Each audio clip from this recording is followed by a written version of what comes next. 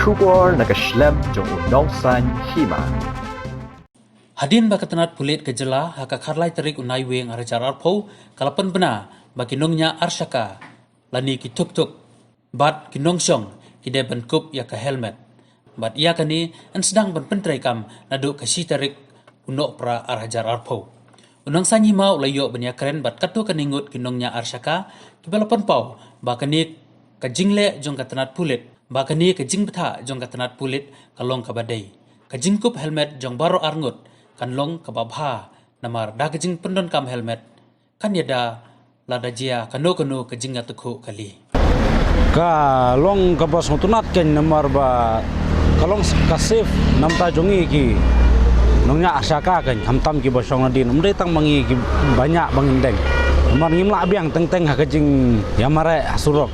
te kadon kajing itungku kadon kajing ya bakla kajing ya ur te lada udrai barula deng helmet kat ba ki basong nadin kim deng kata ka bu jeng hi ken pos ke jeng mensau pos ke jeng maru ke jeng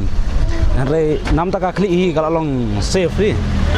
nga kentu ye ki kalong kumni ka we bakin burom ya ka an ka baki atrat polis kelapen mi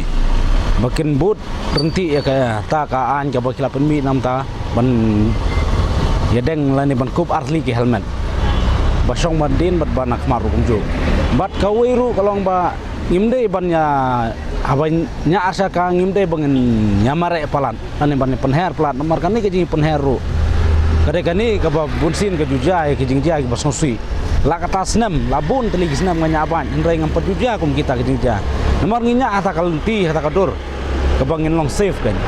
ada ngayo i teng pat ke jingnya asa ka te lalong ka ba lalong no kum ke jing mar export apdeng ka surok ba bun ki kali te kajing long bril te pinum la biang kade belong nya akta ka lenti ka ban bakiwe ru kunum thut kan nama tang teng kinong nya arsaka dungi ru ki pendik ya kiwe hak hamtam ki blok ki tur rumah ki nyom la ka nyom chutu te kinong nya kali ru tang ki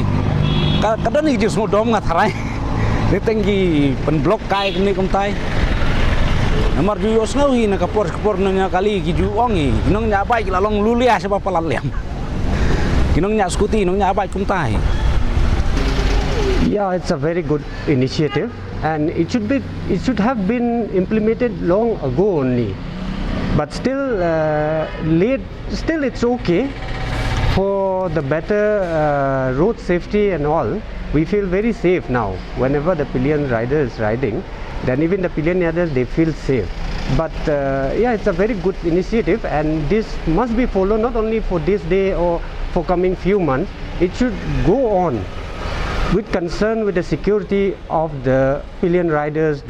bike riders, especially in Meghalaya where maximum cases were seen that because of two-wheelers where the people died on spot. So I feel I don't only feel, I really appreciate this decision of the government for making mandatory even pillion riders must go on with the helmets. I really feel.